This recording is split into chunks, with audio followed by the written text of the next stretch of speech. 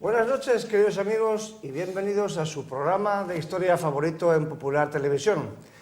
Antes de nada, he de felicitarles porque con este programa número 26 cumplimos nada más y nada menos que un año de programa, así que vamos a celebrarlo como Dios manda y vamos a soplar juntos esta vela de nuestro primer cumpleañitos.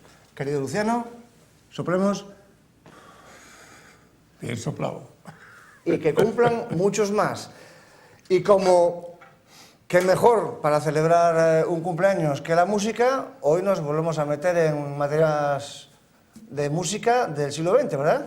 Música muy contrastada, porque en el siglo XX eso que llaman la Gran Guerra, yo no sé, la Gran Guerra, entiendo el término, ¿no?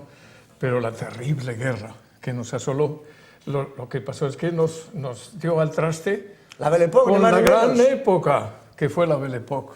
Y no solamente en música, sino en tantas cosas. En tantas ¿verdad? cosas, ese Jugendstil, vienes, y bueno, sobre todo, es que estaba a punto de cambiar el mundo, porque la coronación de Guillermo II de 1888 es la que dice, ahora comienza la Belle Époque. La gran época, sí. Y es él mismo el que se la lleva después de la guerra.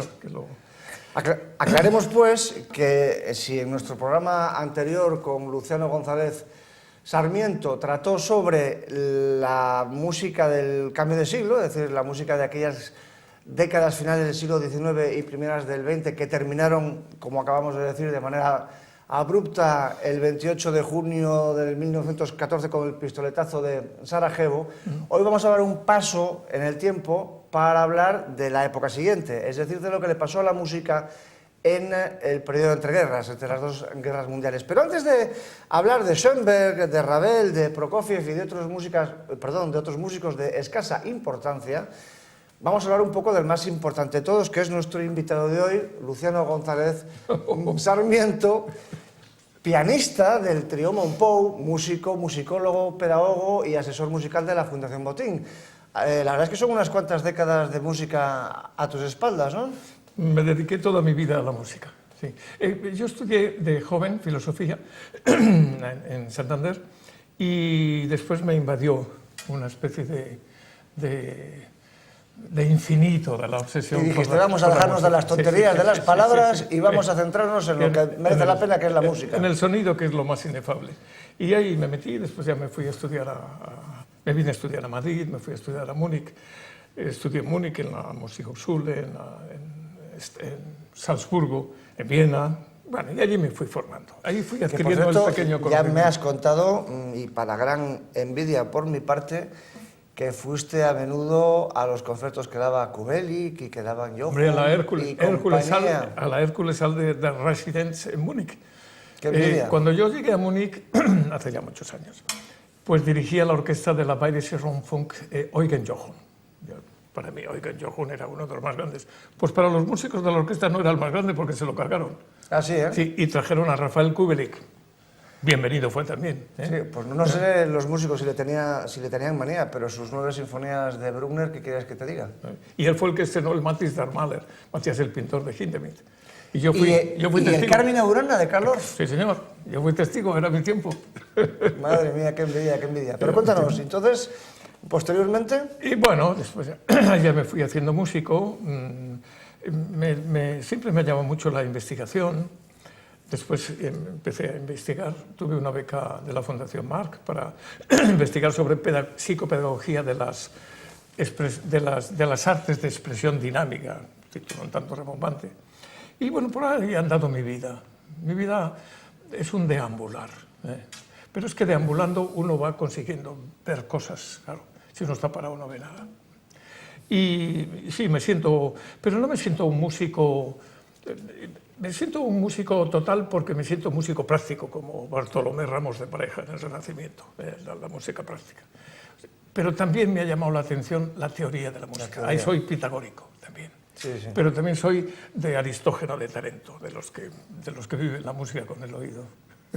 Bien, la música ha sido mi vida. En fin, el caso es que tenemos que abandonar al músico que no ha pasado de moda, que es nuestro querido Luciano, y tenemos que hablar de algunos músicos que han pasado un poco más de moda que otros, ¿verdad? Estoy pensando en Schoenberg, en la pieza clave, digamos, en el origen de lo que vamos a hablar hoy, ¿no? Sí. La pieza clave de los primeros años del siglo XX. Sí, bueno, Schoenberg sin duda hay que situarle en su dimensión. Schoenberg fue, desde mi punto de vista, un gran hombre, y un gran artista, y un gran buscador, buceador de la verdad. Lo que pasa es que su verdad, como la tuya y la mía y la de todos, pues es una realidad muy voluble. La verdad casi no tiene más que consistencia en sí misma, no tiene consistencia porque nosotros digamos que es la verdad. Y Schoenberg varía mucho. Schoenberg, cuando en el año 22 consigue formalizar lo que él llama el sistema dodecafónico, le escribe a su discípulo Joseph Rufer y dice: he conseguido un método de composición que mantendrá la vigencia de la hegemonía de la música alemana durante un siglo. Claro, ya analizar esa frase a mí me produce temor y perplejidad. Pero el sistema dodecafónico que él anuncia, pues como la gran panacea de la vida, resulta que es un sistema efímero, porque lo que él considera la serie dodecafónica, después es una serie cromática, después vienen los serialistas integrales y la convierten en tímbrica, en rítmica, en armónica, etcétera, etcétera, hasta que ya la escuela de Darmstadt se carga el serialismo integral. O sea que Schoenberg, sin duda, nos ha abierto muchas puertas. Atención, no es una paradoja cualquiera, pero nos ha cerrado muchas. Sí, sí. Claro que, ¿qué significa abrir? ¿Qué significa cerrar? Porque también cerrar significa abrir. Sí, sí. O sea, sí nos cerró, pero también nos abrió tantas cosas. ¿Qué opinas tú de lo que mencionábamos antes, de que hoy en día, un siglo después, se escucha poco a Schoenberg y compañía? Por eso he dicho lo de que, sí, en cierto modo han pasado de moda, ¿no? Eso me asusta, pero por muchas razones. Me asusta porque no hay una coherencia, ya no hay una equivalencia entre el desarrollo ilusionado del creador, aquello que decía Sartre, el creador es el hombre que está abierto al mundo, y lo que está pasando en el mundo. El mundo va muy lento.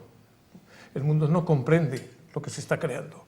Entonces el mundo, lógicamente, no comprende todavía no comprende a Schoenberg. ¿Tú crees que le comprenderá algún día? Pues yo creo que sí. Yo creo que sí. Yo creo que, según dicen los neurocientíficos, nuestro cerebro evoluciona a pesar de sí mismo. Y yo creo que todo esto se entenderá. Beethoven, escuchar a Beethoven en su tiempo, escuchar en 1805 la Tercera Sinfonía... Sí, pero no se tardó un siglo en comprender a Beethoven, que hubo gente que evidentemente ante la Tercera Sinfonía de Beethoven dijo: ¿qué es esto? Esto no tiene nada que ver con lo que hemos visto hasta ahora, con Mozart y con Haydn, evidentemente. Pero ya en esa época se le comprendió, y pocos años después, y no digo nada después de muerto, todo el mundo comprendía, todo el mundo apreciaba la música de Beethoven, y lo mismo que pasó con Beethoven pasó con Mozart antes y pasaría con Wagner después y con tantos otros, ¿no? Y sin embargo, con estos músicos de la vanguardia de las primeras décadas del siglo XX, nos encontramos con que un siglo después sus discos no se venden y la gente no va a los conciertos que programan su música. La prueba de ello está en la picardía que tienen que soler hacer en las salas de concierto, de meter entre col y col, sí, lechuga, es decir, una obra de Schoenberg junto a una sinfonía de Brahms o un concierto de Tchaikovsky, porque si no la gente no va. Yo no creo que el paso del tiempo vaya a volver a construir un puente sobre el abismo que hay entre la música contemporánea y el público. Yo por eso soy bastante pesimista. Está por ver, aunque también conviene hacer una mínima digresión o regresión a la historia y ver que todos los movimientos que se han producido desde el estilo monódico al estilo polifónico fue un movimiento evolucionado. Desde el estilo polifónico al estilo instrumental del barroco, evolucionado. Desde el barroco o preclasicismo al clasicismo, pura evolución. Del clasicismo al romanticismo, Beethoven, pura evolución. Nunca hubo ruptura. Nunca se planteó el ser humano una ruptura con la razón histórica. Sí. Sin embargo, Schoenberg es el primero que se plantea la ruptura. Y yo creo que es donde está nuestro fracaso. Claro. Porque pretender la ruptura con la tonalidad, que no dejó de ser un imperio, como fue el imperio austrohúngaro, pretender romper con la tonalidad es pretender romper con una de las más grandes razones históricas que nos hacen explicar nuestro ser, nuestra existencia. Y claro, Schoenberg dice, después del cromatismo de Wagner, ¿qué hacemos? Él hizo su Noche Transfigurada, pero no hay más, no nos lleva a ningún más. El romanticismo fue una encrucijada. ¿Y él qué camino encuentra? La ruptura. Creo que fue un error. Creo que aquello fue un error. Porque de esa ruptura no se va más que a la ruptura. La ruptura no nos lleva a ningún sitio. Sí, sí. Solamente es la evolución la que nos lleva. La prueba de ello es que los músicos contemporáneos suyos, que sin dejar de romper con el romanticismo, no hicieron no tomaron parte en la ruptura que estás mencionando, por ejemplo Debussy, por ejemplo Ravel, y tantos otros, sí que siguen siendo apreciados por el público, sí que siguen siendo músicos valoradísimos, mientras que Schoenberg y la Escuela de Viena, la segunda Escuela de Viena, en general es una música poco escuchada, ¿no? Al mercado me remito. Sí, sí. El mercado, que era la otra versión a analizar. Es decir, ¿qué se escucha hoy de los grandes genios del siglo XX? Stravinsky, Debussy, Strauss, Ravel. Es decir, ¿qué se está escuchando? La secuela, es decir, la evolución de nuestra propia historia. Se escuchan el remanente de los nacionalismos, el enriquecimiento que produce el nacionalismo en el nuevo lenguaje. Se escucha el retorno a la forma clásica, Ravel, Falla, neoclasicismo. Claro. Se escuchan los nacionalismos exóticos, porque es color, porque es tímbrica. Claro. Y de esos mismos también vive el propio Schoenberg. Lo que pasa es que yo no sé si Schoenberg... Hombre, yo creo que sí, porque era muy inteligente. No sé si llegó a ser consciente de que estaba manejando los mismos parámetros sin saberlo. Claro. Después vino esa escuela de Darmstadt que no responde más que a ese deseo hegemónico, infatigable, inexorable, tedioso de los alemanes, de querer ser el centro del universo. Y quieren exponer de nuevo una nueva escuela alemana. Claro, eso ya era demasiado. Entonces, pero esto ya es después de la Segunda Guerra Mundial. Después, sí, 1960, la década de los 60. Aquello ya era demasiado, hasta que ya Pierre Boulez dice, señores, Schoenberg ha muerto, y escribió aquel famoso artículo. Pero vayamos un poquito para atrás. Hemos mencionado la pérdida de la hegemonía de la música alemana con la Primera Guerra Mundial y el estallido de los nacionalismos periféricos en música, es decir, la aportación esencial de las vanguardias que se estaban creando en otros países. Vamos a empezar nada más y nada menos que por Hungría y por la figura central de Béla Bartók. Sí, bueno, Béla Bartók es un nombre singular. Realmente todos los hombres o los nombres que hemos venido seleccionando a lo largo de la historia de este siglo XX, colorista, iba a decir versátil, pero más bien colorista. El siglo XX está lleno de color, es un siglo polícromo. Todos han sido singulares, empezando por el mismo Debussy, a quien no le gustaba que le denominaran impresionista, porque el francés se tiene como muy nacionalista, claro. Él sigue componiendo hasta que se muere en el año 18, es decir, al término de la guerra. Y sigue componiendo, pero sigue componiendo cosas pequeñas. Compone el blanco y negro para dos pianos, compone esas historias arcaicas para dos pianos. Me parece que tenía que apuntado algo pero ahora me acordaré. Su último ballet... Los epígrafes antiguos. Epígrafes antiguos, claro. sí. Y su última obra orquestal es del 13, el Ballet Juegos. Sí, eso ya es un poquito anterior a la guerra. Ya. Entonces vemos cómo se va componiendo mucho. ¿Qué compone Stravinsky durante la guerra? Durante la guerra del 14, él se va a Suiza a vivir y allí lo que compone son historias para niños. Preciosas historias para niños, las tengo aquí explicadas. Compone Las nanas del gato en 1914. Las canciones rusas maravillosas. El Ruiseñor, la ópera El Ruiseñor también es el 14, con el cuento de Andersen. Compone, esto es maravilloso, los Privalsky, que son canciones infantiles rusas, que es donde él maneja todo el modalismo y el pentafonismo más puro del folclore ruso y bizantino. No olvidemos que Bizancio da la pauta después al gregoriano. Pues también lo compone en 1914. Y todos son composiciones para niños. Dato a entender. Es decir, un hombre asolado por lo que se le viene encima se escuda en la infancia para revitalizar la vida. Era fácil hacerlo desde Suiza, de todas maneras. Desde Suiza, sí, claro. Además, él allí vivía muy bien, porque allí se encontró con Anne Sermet, que era su amigo. Allí también se encuentra con Diaghilev, que ya le está encargando muchas obras. Y después, al final, en 1918, la gran obra, la que irrumpe no solamente como obra escénica, sino como obra camerística, La historia del soldado. La historia del soldado, del poeta suizo también, Ramuth, que es una pantomima maravillosa. A mí me extraña que estas obras, que son fáciles de digerir y fáciles de interpretar, no se pongan tanto, porque yo creo que son joyas que cualquier niño, cualquier persona disfrutaría en cualquier momento, hasta en el desayuno. Sin embargo, nuestra sociedad no lo ve así y ve que la diversión va por otros lados, en lugar de hacer una versión de la diversión como Dios manda, ¿no? Y bueno, yo te diría tantas obras como se escribieron durante la guerra. O sea, Falla regresa a Madrid en 1914, está en París, y en el 1915 escribe Las noches en los jardines de España y El amor brujo. O sea, ¿qué está sucediendo? Está sucediendo lo que tenía que suceder.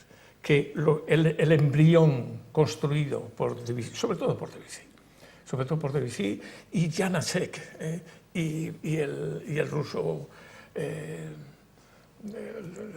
Scriabin, que ya venía de Mussorgsky. Claro, que todo está engarzado. Scriabin, que murió en el 15 también. Exactamente. Entonces ahí empiezan a configurar el mundo sonoro. Y de ese mundo armónico que nos lega el romanticismo, poco a poco se va pasando al mundo del sonido, pero del sonido que describe la realidad, no que la transforma, si la describe, la transforma al mismo tiempo, pero que no solamente tiene la preocupación de transformar la realidad, sino de describirla y adaptarla a nuestra vida. Y esto es lo que hace Falla con su amor brujo. Bueno, fíjate qué cantidad de exotismo aparece ahí. Y esto nos lo está dando, y esto lo entendemos. Pero, ¿quién comprende el Moisés y Aarón de Schoenberg? Bueno, yo lo comprendo, y tú seguro, porque nos gusta la música y nos gusta intentar comprender. Pero es una obra compleja. Cuando Schoenberg se está reconvirtiendo al judaísmo, porque Schoenberg era judío, se hace protestante, vuelve otra vez, tiene unos ríos mentales de alto copete. Y ahí está el bien y el mal, Moisés y Aarón, es como Schumann, el Eusebio y el Florestan, ¿no? Oye, pero ¿no crees que aquí hay un problema incluso semántico cuando se utiliza el verbo comprender para la música? ¿No crees que la música no debería ser comprendida? Ah, qué bueno, chico. Jesús, vienes a mi terreno. A veces, sí, claro. Bueno, comprender, había que hacer filología. Claro. Y no creo que sea nuestro momento, además creo que no debemos, ¿no? Comprender no tiene nada que ver con aprender, es el prefijo sobra. Nosotros percibimos la realidad, primero la percibimos, no la comprendemos. porque se comprende una vez que se ponen a funcionar elementos de comprensión.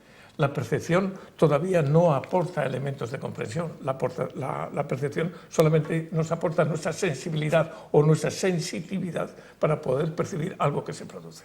Después, una vez que lo percibimos, aparece un estrato nuestro de nuestra personalidad que llamamos sensibilidad, que nos lo transforma en vivencia y en sentimiento.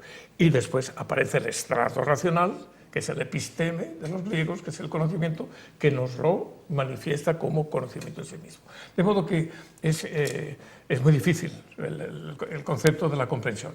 Lo que yo sí pido al oyente es que sea libre, pero no ante la música, ante la pintura, ante la vida, y que viva como lo quiera vivir, y después ya lo transformará y lo adaptará a su personalidad.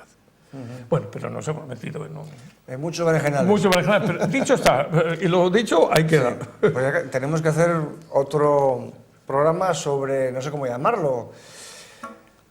Bueno, por la percepción de lo inefable. Hermenéutica de la música. Claro, hermenéutica de la música también. Me gusta mucho lo de lo inefable, porque no se puede traducir en palabras. Eso es, no se puede. Has mencionado a Janáček y por otro se nos ha quedado Bartók, que no hemos mencionado a él. Entonces, vamos a hablar un poco de Hungría y de Checoslovaquia, de Bartók y de Janáček, dos personalidades esenciales en la evolución de la música de entreguerras. Sí. Bartók es una persona fundamental. Yo le comparo con Stravinsky, me parece que son pesos pesados. Los dos parten del mismo ámbito, del ámbito de sus naciones, de su patrimonio nacionalista. Bartók se queda con su amigo Zoltán Kodály más metido en la Transilvania, que era entonces Hungría de su tiempo. Stravinsky nunca perdió, aunque se le ha tratado de atribuir, nunca perdió su ancestro nacionalista ruso, nunca, aun viviendo en América y habiéndose nacionalizado americano. Pero hay un rasgo que a mí me parece significativo para distinguir a Stravinsky, porque los caminos son muy paralelos. Quizá no tan paralelos, porque Stravinsky, aun siendo, porque él fue serialista, también se hizo serialista, sobre todo en el Canticum Sacrum, cuando estaba en América. Él utiliza la serie, Bartók no la utiliza nunca, en el Microcosmos aparece alguna pequeña serie, pero Stravinsky utiliza estas novedades para seguir siendo él. En esto me recuerda a Liszt, con todas sus paráfrasis. Liszt necesitaba parafrasear a Wagner y a Beethoven, pero no para parafrasearlos, sino para hacerlos suyos, claro. Y entonces Stravinsky parafrasea el mundo para hacerlo él. Y Stravinsky nunca deja de ser Stravinsky. Bartók tampoco deja de ser Bartók, pero no se va por los cerros de Úbeda. Bartók se va a la raíz nacionalista. Por cierto, ahora que hablas de la raíz de la música húngara, un dato muy interesante que quizá les parezca curioso a nuestros oyentes, sin duda acostumbrados en el caso de los aficionados a la música, a las danzas húngaras de Brahms o a las rapsodias húngaras de Liszt. Sí. Y el comentario es que Bartók y Kodály demostraron que lo que los románticos, Brahms y Liszt sobre todo, habían creído que era la raíz de la música húngara, es decir, la música cíngara, la música gitana, no lo era. No. Y ellos, haciendo una ardua labor de investigación etnomusicológica, desmontaron esta especie como de mito folclórico que por otro tanto tiene que ver con la música española, ¿verdad? Mucho. Del cingarismo de la música húngara del siglo XIX frente al también al, no sé si llamarlo el cingarismo, el flamenquismo, ¿no? De la música española del XIX. La diferencia entre la visión de la realidad de Brahms y Liszt respecto a Zoltán Kodály y Bartók es que Brahms y Liszt están observando el patrimonio folclórico desde una sociedad burguesa. Y Bartók y Kodály hacen investigación de campo. Claro. Hacen investigación de campo. Ellos se van al campo. Y allí, con sus magnetófonos... Claro, lo que Liszt y Brahms entendían que era la música húngara era la de las bandas de gitanos que tocaban el violín. Claro. Y que lo eran también. Sí. Eso, claro. Los valses de Strauss no se les puede quitar a los vieneses, claro. Sin los valses de Strauss, los jardines de Viena no tendrían sentido. Claro. Claro. Y ahí, entonces, claro, ahí es donde sobresale Bartók. Bartók no para de componer, son pantomimas. En eso también es como Stravinsky, la pantomima les atrae. Hombre, hubo un Diaghilev que les estaba enervando, excitando. La pantomima es un género escénico que claro que recoge todo. Quizá ahí aparezca esa visión de la Gesamtkunstwerk que hemos hablado alguna vez de Wagner, donde está la escena, el gesto, el mimo, la palabra medio dicha, la palabra hablada, la palabra cantada. Claro. Acabas de mencionar a una personalidad esencial. Tenemos que ir acelerando un poco porque nos estamos quedando demasiado en Stravinsky y Bartók y tenemos mucha tela que cortar.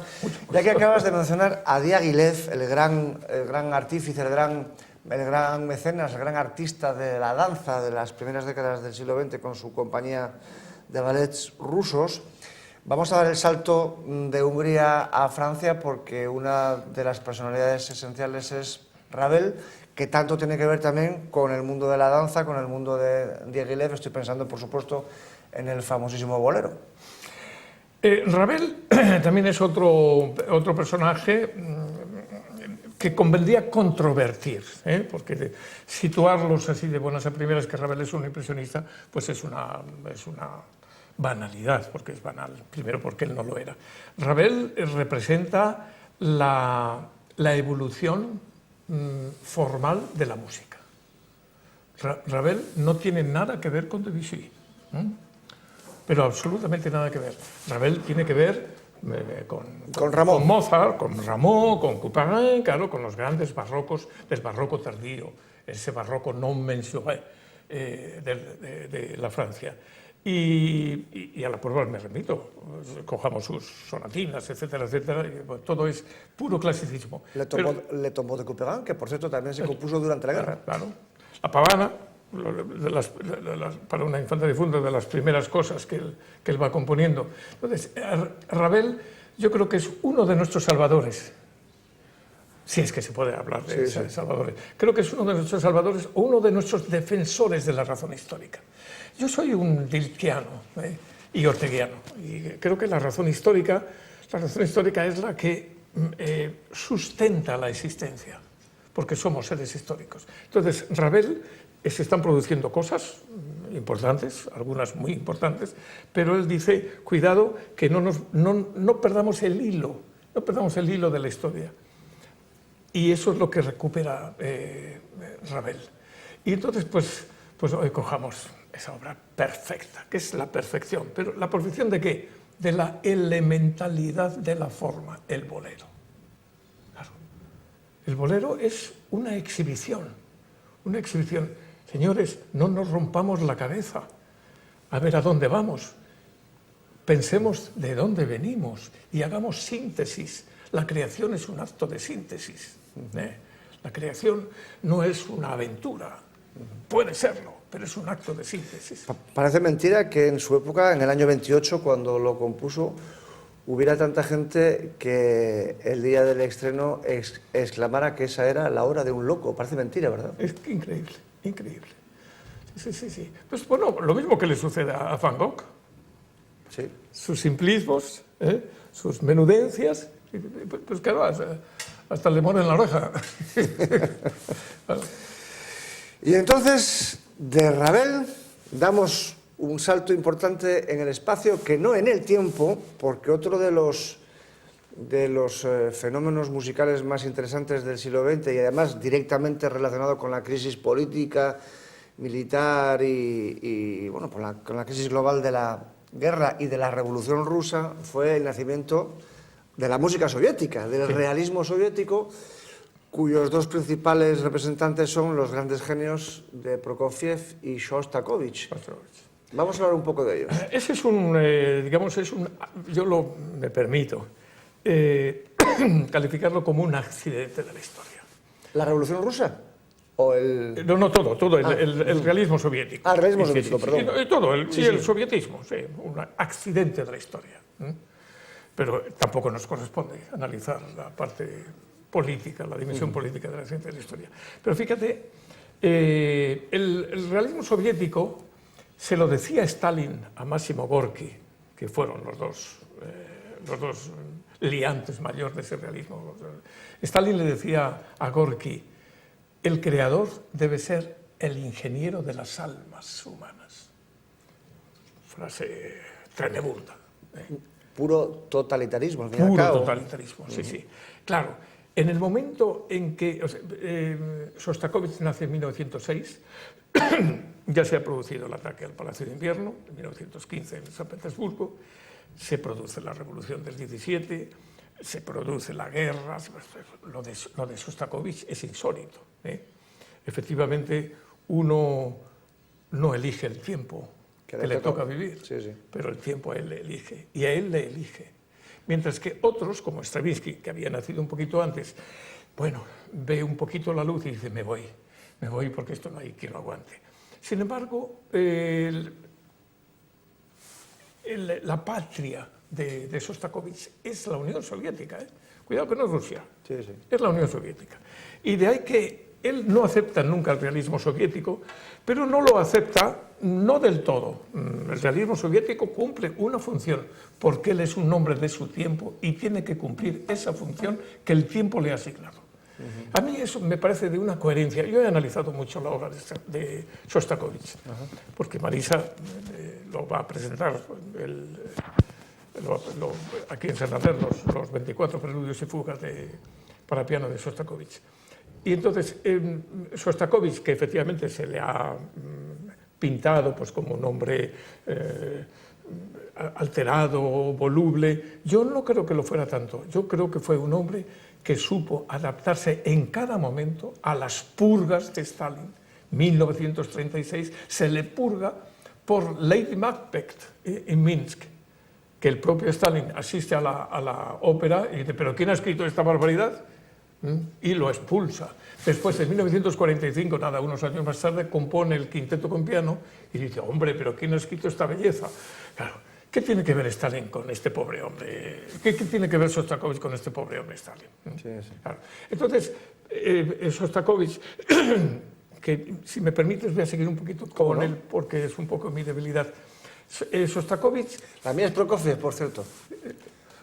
Sí, sí, en dos dimensiones quizá diferentes, porque sí, tienen una vida también diferente. Sí, sí. Prokofiev se va, viene y Shostakovich está ahí incólume. Sí, sí. Shostakovich decide la coherencia de su vida con el tiempo que le toca vivir. Que hay que componer la Sinfonía de Leningrado, una de las más grandes sinfonías que se han escrito. El desarrollo de la Sinfonía de Leningrado, la séptima, es el más grande desarrollo sinfónico que se ha hecho en la vida. Se reía mucho Bartók y hasta el propio Schoenberg de ese desarrollo, porque recuerdo que lo narra Alex Rox en Lo del Silencio, dice que cuando escuchaban ese desarrollo dice: coño, podía haber escrito 78 sinfonías y entonces ya estaba todo escrito, claro. Pero sin embargo Shostakovich ahí permanece. Y hay un rasgo de Shostakovich que yo quiero destacar, y con ello creo que terminaría, pues si no me extendería demasiado, es la intimidad. La intimidad. Shostakovich, siempre que quería componer, él libremente se recluía en su dacha de Moscú, la tenía, y ahí componía los 15 cuartetos. Y ahí compuso los 24 preludios y fugas, opus 87, que es una de las obras monumentales y universales de la música después del clavecín bien temperado. De modo que los que le han denigrado a Shostakovich, le han denigrado porque políticamente interesaba la denigración.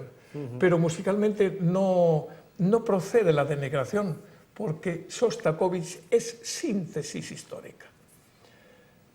¿Hay procedimientos rupturistas? Yo te podría mostrar ahora mismo un preludio y fuga en re bemol de los 24 preludios, que es una serie dodecafónica.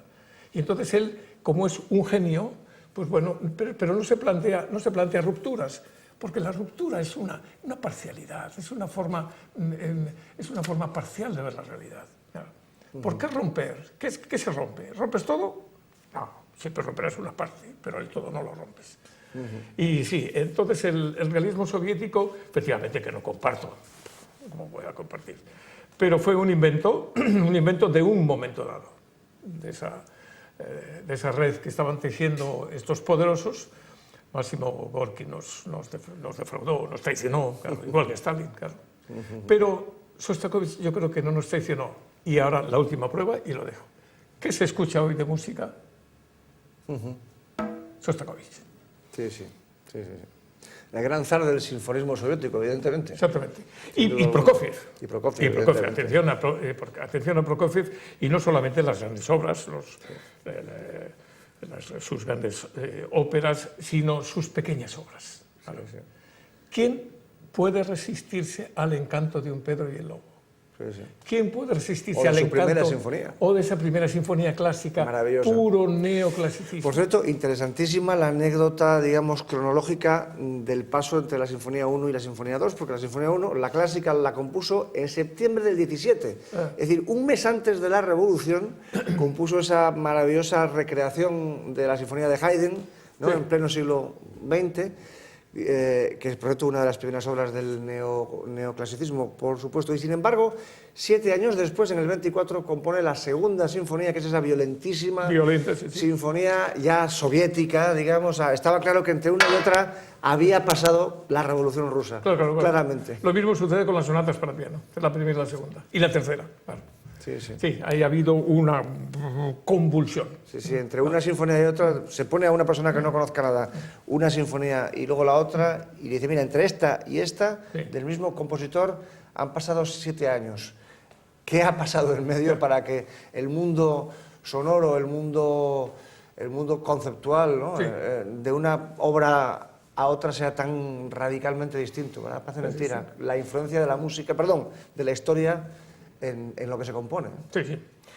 Hay diferencias, hay una diferencia que me llama la atención, diferencias de movimientos, ¿no? Como tantos rusos, como los pintores, como Chagall, etcétera, etcétera, tienen necesidad de salir de Rusia. Estoy pensando en el pintor, el famoso amigo de Schoenberg. Bueno, ahora vendrás uno. Amigo de Schoenberg. Sí, sí, del constructivismo. Kandinsky. Kandinsky. O sea, cómo tienen necesidad de salir. Y todos salen, todos se fueron. Los marinos, se fue, Prokofiev, iba, venía. Sostakovich no sale. Salió porque le obligaron a un congreso a Estados Unidos, que es donde se encuentra por primera vez con Stravinsky, y se olieron como los perros. Bueno, hasta que bueno, entonces porque el amigo Stravinsky era un radical anticomunista. Tremendo. Y destaco una vez más eso. Es decir, como el ruso efectivamente tiende a salir, lo cual me parece bien. La estepa cierra demasiado. Y yo creo que hay que salir.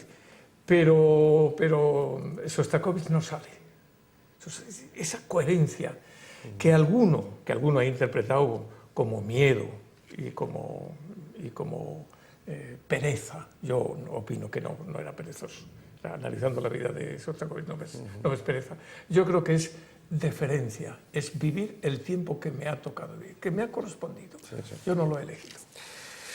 Bueno, y de la muy marxista Unión Soviética vamos a dar un salto en el tiempo al también marxista Kurt Weill, porque, y además subrayo lo de marxista, porque marxista fue el argumento de su obra más conocida, la ópera. Unos le llaman de los 3 peniques o ¿no? de los 3 centavos, ¿no? Drei Groschen Oper, ¿no? De los 3 centavos sería, y es la ópera estrenada en el 27, 28 sí. En Berlín. Esa ópera que mezcla, digamos, la música clásica con el cabaret, con las influencias del jazz, con la famosísima balada de Máquina Baja, que se ha solido traducir en español, y que es quizá el mejor ejemplo o el ejemplo más típico de la música transgresora que se componía en la República de Weimar. Bueno, transgresora, yo creo que no es transgresora, sino que permitió la entrada de elementos exóticos, elementos extraños, que no los trae el 1920 y tantos, sino que los trae la Belle Époque. La Belle Époque, y los trae Mondrian, con su boogie boogie, y se va penetrando el exotismo del jazz, el más importante de lo que a veces nos pudiera parecer, porque sobre todo por su construcción musical elemental, aparte de por sus componentes de exotismo racial. Bueno, nada más, por ejemplo, pensemos en que figuras como la de Ravel, ni más ni menos, Claro, emplearon su el sonata, jazz claro, y claro. en su concierto, En el concierto, en sol. Sí, sí. No, y tantos como Krenek y muchos dodecafonistas. Bueno, me hablas de Kurt Weill, de Bertolt Brecht, naturalmente, y hay que hablar de Schoenberg otra vez, porque todo esto es el producto de una cultura del cabaret. Pero claro, es que era un cabaret diferente al que nosotros podemos entender hoy. Es un cabaret crítico, un cabaret dialéctico, es un cabaret donde es comprometido. Schoenberg escribe sus canciones de cabaret, sus Bretter Lieder, siendo pianista en el Bretter Cabaret de Berlín, sus Pierrot Lunaire, sus 3x7, que él define, él lo escribe también en Berlín. Tienen buena relación con Kurt Weill y con Hans Eisler, que después fue otro representante icónico de ese tiempo. Y yo creo que nos vino muy bien porque dio una cierta liviandad a esa gravedad que se había generado. La gravedad de la confluencia secular yo creo que era insoportable. La prueba está que se soportó muy, muy mal y muy poco. Entonces había que traer elementos exóticos, elementos que nos dispersaran de la gravedad, no de la realidad, sino de la gravedad. Y ahí tenemos el mismo Stravinsky cultiva el jazz, el ragtime. En la historia del soldado aparece el ragtime y aparece el tango en forma de jazz. Shostakovich, de una manera un poco peculiar, pero también su famosa la sinfonía. Suite de jazz, ¿no? Esa, la suite de jazz. Donde, por cierto, aparecen unos temas cántabros en Shostakovich muy interesantes. Sí, ¿cuál es la de...? Eso es. Claro, eso es cántabro, y lo tenemos en la biblioteca de la Fundación Motil. Sí, yo te daré niña hermosa, efectivamente. Ahora, lo que pasa es que él modula. Claro, es precioso. ¿No será más bien casualidad? ¿Tú crees que tuvo acceso a...? Sí, Ah, sí, esto me lo ha contado Esteban Sanz, que es un musicólogo conocido, y efectivamente parece ser que tuvo una amiga española, Shostakovich. Le gustaba mucho el filtreo a Shostakovich, tuvo 3 mujeres. Y parece ser que esta chica, según me dicen, pues le muestra, y él queda prendado de la belleza de nuestras melodías. Y tiene más, no solamente esta, las tengo en casa porque las tenemos en la biblioteca de la Fundación. Ah, qué interesante. Sí. La influencia montañesa en Shostakovich. Bueno, hay un rasgo, alguien le dio algo, dijo, oh, qué bonito. Y como él hacía a todo, dije, pues lo voy a armonizar. Y lo armonizó. Sí. Vamos acabando ya, nos quedan unos pocos minutos. Siempre nos pasa lo mismo. Siempre nos pasa lo mismo. Y eso que no hemos hablado de la generación del 27 española, que se nos ha escapado, así que tenemos ya para otro programa. Bueno, ya volveremos. Pero yo creo que para cerrar el círculo de lo que hemos hablado, tanto en este programa como en el anterior, sería conveniente hablar un poco además de un tema que a mí me apasiona especialmente, porque he de confesarte, querido Luciano, que yo en gustos musicales, no solo, pero también en gustos musicales, soy muy reaccionario. Es decir, a mí siempre me han fascinado.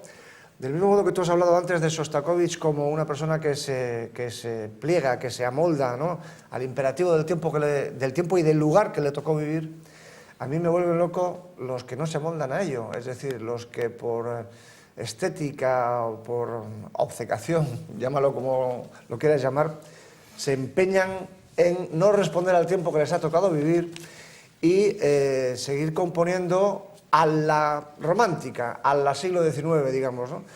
Y además, curiosamente, aunque los que han pasado a la historia o los que son más conocidos son los que efectivamente se amoldaron al paso del tiempo, si echas un vistazo en una lista a todos los compositores reaccionarios, entre comillas, del siglo XX, son muchísimos más que los que se pusieron al paso del tiempo. Es decir, la lista en Inglaterra, en Alemania, Strauss, Fitzner, von Schillings, Braunfels, en Escandinavia, Atterberg, Alben y tantísimos más. En Inglaterra, el propio Vaughan Williams, no se le puede decir que sea precisamente un vanguardista. En España, Joaquín Rodrigo, no hay más que pensar en él, ¿no? En Francia, los últimos franqueanos, ¿no? Vincent van Dijk, que todavía llegó hasta el año 31 y tantos más, ¿no? Y entonces, bueno, Rusia, nada más y nada menos que Rachmaninoff, ¿no? Un segundo Tchaikovsky que llega hasta el año 43, que fue cuando murió, ¿no? A mí me parecen fascinantes todos estos personajes, muchos de ellos, por cierto, siguieron componiendo música en el estilo romántico bien entradas las décadas de los 50 y de los 60 del siglo XX. Claro. Cuéntanos, ¿qué opinas tú de este curioso fenómeno de los que, como tú les has llamado, los románticos recalcitrantes? Bueno, hay otro término, pero tampoco le doy importancia a la negatividad del término. Son seres anacrónicos. Sí, sí. Están fuera. Eso es lo que me llama la atención de ellos. Sí, están fuera del tiempo. Pero bueno, el anacronismo tampoco hay que... Yo no lo interpretaría como una pérdida de conciencia del tiempo, sino que es como el tiempo perdido de Proust. Es como una especie de necesidad de ir en búsqueda del tiempo que se pierde. Yo creo que es una nostalgia del tiempo, el dolor de la pérdida. Y no olvides, Jesús, que el romanticismo fue un movimiento muy poderoso. Y al ser muy poderoso fue muy contaminador. Y al ser muy contaminador fue muy recalcitrante, muy opresor. Nos cogió las entrañas, nos las ligó las entrañas. Y desligarse de esas entrañas es muy difícil. Claro, el mensaje romántico es un mensaje de lo sublime, de lo infinito. ¿Quién puede ir contra eso? Claro.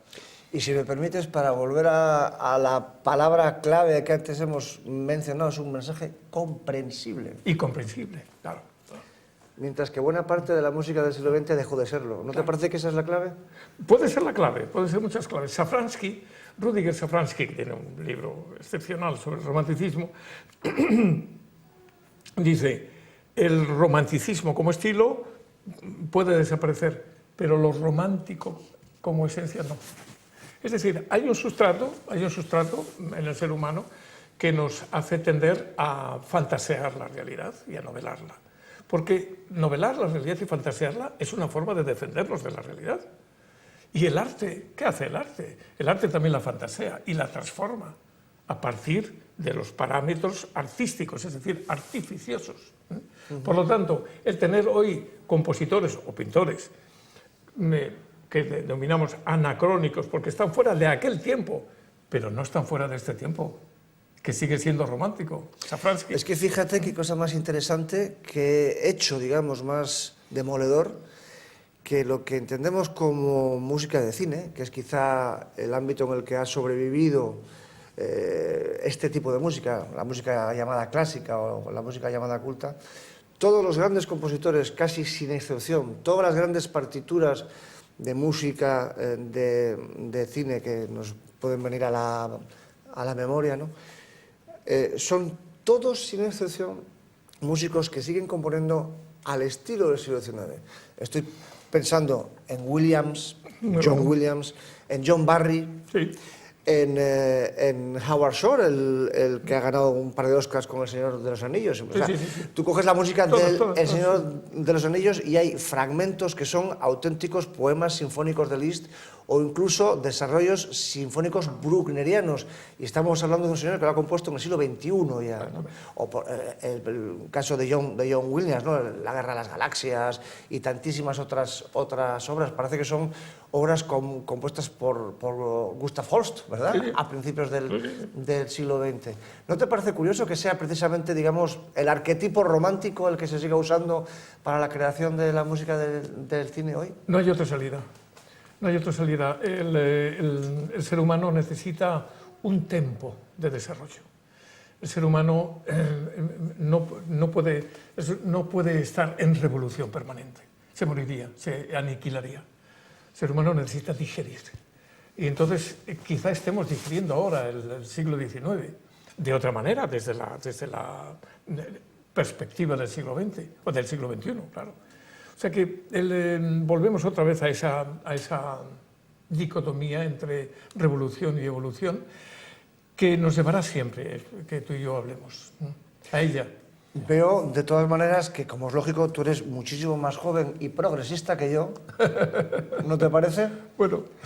Y por eso quizá tienes una visión más, no sé cómo llamarla, más ecléctica, más comprensiva de estas cuestiones, Sí. ¿no? Se ve que eres insultantemente joven. Insultantemente o insultantemente adulto. Que ya me ha enseñado la vida que todo es posible en la vida. Y que hasta puede vivir el amor y el desamor, eso ya creo que no. En fin, la verdad es que se nos han quedado en el tintero muchísimas cosas. Todo. Por ejemplo, no hemos hablado de los españoles, de Halfter, de la generación del 27, hemos pasado en puntillas por encima de Ravel, de Bartók. La verdad es que hay que hablar, y yo estoy dispuesto a hablar de la música española. Yo soy un enamorado de la música española. te lanzo el guante y hablamos de la música española. Otros 2 guantes tienen que ser, porque en un día no hacemos nada. Muy bien, pues nada, como decía Cyrano de Bergerac, en tu rostro lo dejé, el guante, evidentemente. Así que hablaremos entonces de la música española del siglo XX en otra ocasión. ¿Te parece bien? Hay que dividirlo en 2 sesiones. En 2 sesiones. Porque hay una y otra, o sea, una antes y otra consecuente. ¿Cómo lo dividirías? Pues el renacimiento de la música española, o sea, 1898, y lo que pasa después en el siglo XX, la segunda mitad del siglo XX. Lo mismo que hemos hecho con la música europea en general, con la española, la Belle Époque, digamos, el cambio de siglo y... Generación del 98 y el 27 juntas, que son consecuencia una de otras, y después generaciones posteriores y nueva música. Ajá, pues nada. Allá vamos. He lanzado el guante, lo ha recogido, así que no nos queda más remedio que batirnos. Bueno, nos batiremos. Nos batiremos. Yo cumplo con mis deudas, porque pagué el café que me costó Berlioz, que efectivamente se me había bailado el 3, ese número pitagórico le había pasado del 23 al 30. Tú hiciste bien, porque eres más sensato. Me pagó el café, efectivamente. Es cierto que me pagó el café. Estoy absolutamente obligado a confesarlo. Pero en fin, se nos ha terminado el tiempo, como siempre. Hablamos de más cosas de las que nos caben en 50 minutos. Y bueno, pero como hemos quedado en que seguiremos hablando de música española en este caso, no nos queda más remedio que de decirle hasta luego una vez más, nada de adiós, querido Luciano. Y a ustedes también les digo hasta luego, hasta el próximo programa, no sin, como siempre, recordarles que tanto este programa como los anteriores lo tienen ustedes a su disposición en la página web de Popular TV Cantabria, en la pestaña de televisión a la carta, así como directamente en YouTube, si lo buscan ustedes con las palabras Popular TV, Historia e Historias. Y también les recuerdo, como siempre, que estamos ansiosos por recibir sus comentarios, sus críticas, sus felicitaciones a nuestro invitado de hoy, sus parabienes y cualquier otra cosa que se les ocurra en la dirección de correo de nuestro programa, que pueden ustedes ver en el faldón de su pantalla, historiaspopulartv@gmail.com, historiaspopulartv@gmail.com. Les recuerdo, pues, feliz primer aniversario, espero que cumplamos todos juntos muchos más. Te lo dedico muy especialmente, Luciano, este primer aniversario, y quedo aquí a su disposición y nos vemos dentro de 2 semanas en el próximo programa de Historia e Historias aquí en Popular Televisión. Muy buenas noches.